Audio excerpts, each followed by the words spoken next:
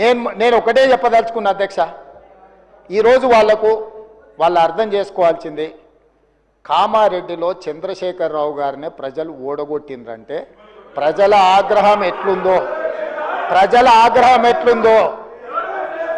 అధ్యక్ష, నాకు ఓటమి మొదటిసారి కాదు, నేను ఓడినా గెలిచిన, కానీ ఆయన ఇంద్రుడు చంద్రుడు దేవుడు, తెలంగాణ ప్రదాత, తెలంగాణను ఉద్ధరించడానికే తెలంగాణకి ఆయన జాతి పిత అని, వీళ్ళు తెలంగాణ జాతి పిత అని చెప్పుకున్న చంద్రశేఖరరావును కామారెడ్డి ప్రజలు బండకేసి కొట్టి ఒక సామాన్యుని ఎమ్మెల్యేగా గెలిపించారు.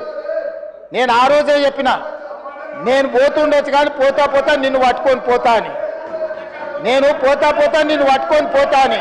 సో కామారెడ్డిలో ఓడగొట్టిన ప్రజలు తిరస్కరించిన, ఎందుకు ఇంకా బుకాయించాలనుకుంటున్నారు అధ్యక్ష? ఎందుకు బుకాయిస్తున్నారు? ఇప్పటికైనా నేను చెప్తున్నా అధ్యక్ష, మూసీ ప్రాజెక్టును కట్టాలన్నా వద్దా మీరు చెప్పండి, మెట్రో రైళ్లు విస్తరించాలన్నా వద్దా మీరు చెప్పండి, రేడియల్ రోడ్స్ వేయాలన్నా వద్దా చెప్పండి, రీజనల్ రింగ్ రోడ్డును నిర్మించాలన్నా వద్దా మీరు చెప్పండి, హైదరాబాద్ నగరానికి గోదావరి జలాలను తరలించాలన్నా లేదా మీరు చెప్పండి, తెలంగాణ రాష్ట్రానికి మీరు పెట్టుబడులను తేవాలంటున్నారా వద్దంటున్నారా చెప్పండి. ఈరోజు ప్రపంచంలోనే అత్యధికంగా ఇన్ఫోసిస్ సంస్థ హైదరాబాద్లో అత్యధికంగా జాబులు ఉన్నాయి.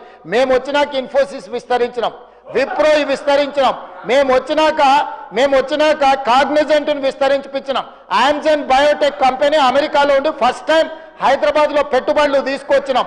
ఆయన 10 ఏళ్ళు మంత్రిగా ఉంటే 20,000 కోట్లు తెచ్చిండు దావోస్లో పోయి. నేను 10 నెలల్లో ఒక్క సంవత్సరం తిరిగే లోపల 2,20,000 కోట్లు పెట్టుబడులు తెచ్చిన. ఇది నా సమర్థత.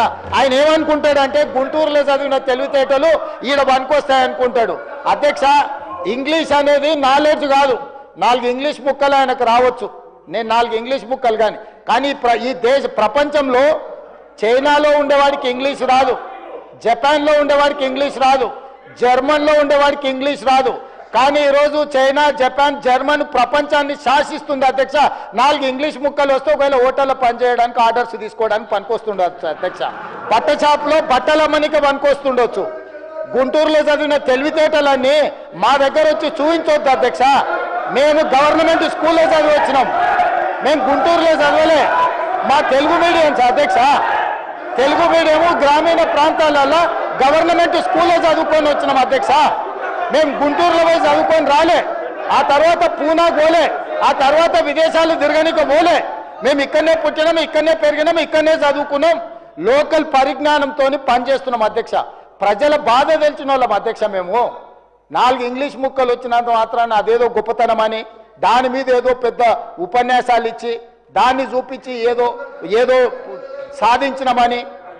కాబట్టి ప్రపంచంలో అత్యధికంగా ప్రపంచాన్ని శాసిస్తున్నది చైనా, జపాన్, జర్మన్. ఆ దేశంలో ఎవరికేం ఇంగ్లీష్ రాదు, కానీ వాళ్ళు ప్రపంచాన్ని శాసిస్తున్నారు ఆర్థిక వ్యవస్థను. అట్లాంటిది ఈరోజు తెలంగాణ రాష్ట్రంలో ఒక రైతు కుటుంబం నుంచి వచ్చి గ్రామీణ ప్రాంతాల నుంచి వచ్చి గవర్నమెంట్ స్కూల్లో తెలుగు మీడియంలో చదువుకున్న నేను ముఖ్యమంత్రి అయితే ఎందుకు మీకు కడుపుమంట? ఏందా బాధ? అసలు కళ్ళల్లో నిప్పులు పోసుకుంటారు అధ్యక్ష. నేను కనిపించగానే ఆయననే చూడనికనే వస్తలేడు, చూస్తే అదేదో పాపమైంది అన్నట్టు. కాబట్టి ఇప్పటికైనా దయచేసి ఈ 5 ఏళ్ళు కాదు వచ్చే 5 ఏళ్ళు కూడా, ఈ 5 ఏళ్ళు కాదు వచ్చే 5 ఏళ్ళు కూడా మేమే ఉంటాము.